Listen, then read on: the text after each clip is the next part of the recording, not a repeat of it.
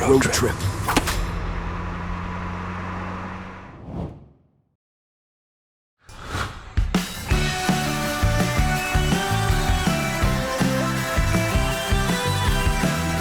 Boston, Massachusetts. Just a few hours from New York, but it feels like a different world. Old streets, red bricks, kind of like Europe, feels classic, but still alive. We arrived in Boston, and I have to say it's so much quiet here and more relaxed than New York. The trip starts in South Boston. Locals call it Southie. Right here by the water, you'll find Castle Island. Not really an island anymore, but it's got history. Old forts, planes overhead, and that fresh ocean air.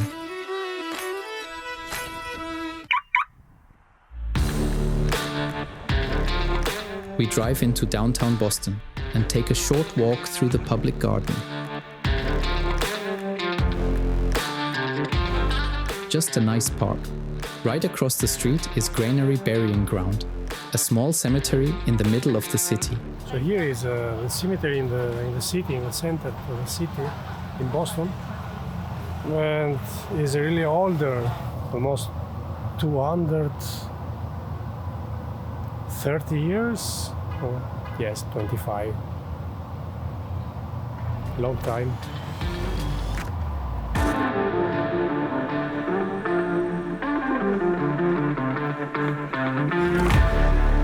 As we kept walking, we suddenly found ourselves in Chinatown. That made us hungry right away.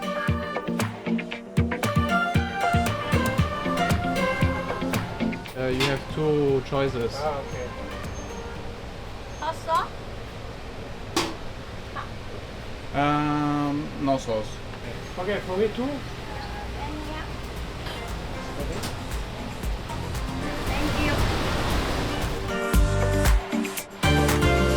After a short break, we visited View Boston at the Prudential Tower. From up there, you can really see the European touch. Compared to New York, it looks completely different.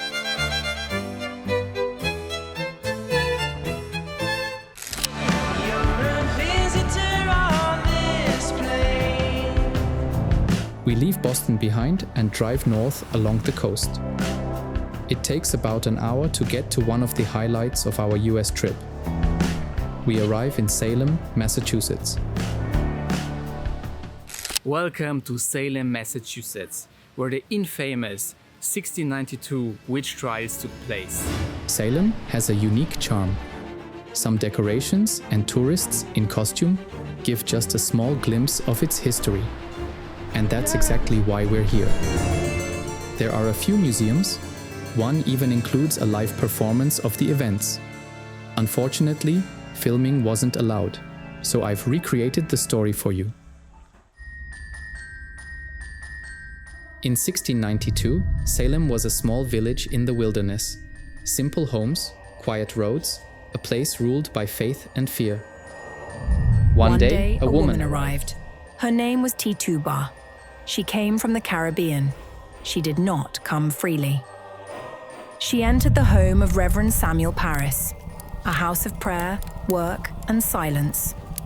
At night, Tituba sat by the fire. She told stories to the children of the house, Betty, the daughter of Reverend Parris, Abigail, his young niece. They listened, wide-eyed. Soon the girls began to shake. They screamed, they cried. No one knew why. Fear moved from house to house. Whispers turned into warnings. The village began to look for evil. Tituba was called into the meeting house. She stood alone, surrounded by eyes. No one spoke, but she was already condemned.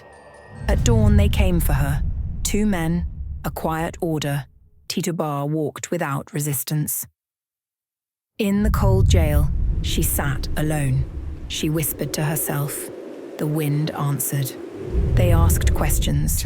She gave answers. She spoke of dark animals, of a man in black, of a book she did not write. Her words became fuel. More names were given. More doors were opened. The judges listened. The gallows rose. 19 were hanged. One was crushed. Months passed. Doubt grew. The governor dissolved the court. Some judges confessed their guilt, but none faced true justice. 1 year later, someone paid T2 Bar's fees. She walked away. Not free, just owned by someone else. There were no graves for the victims. Their bodies were hidden, lost to the earth. Only their judges were given a place to rest. Today, the tragedy is remembered here at the Salem Witch Trials Memorial. It was the result of a mass hysteria that cost the lives of 20 innocent people.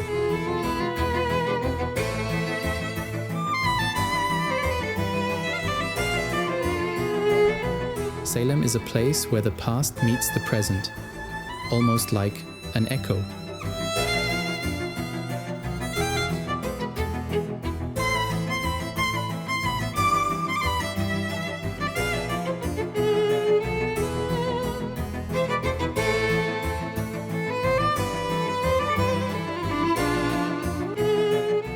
I hope you enjoyed our look at Boston and Salem.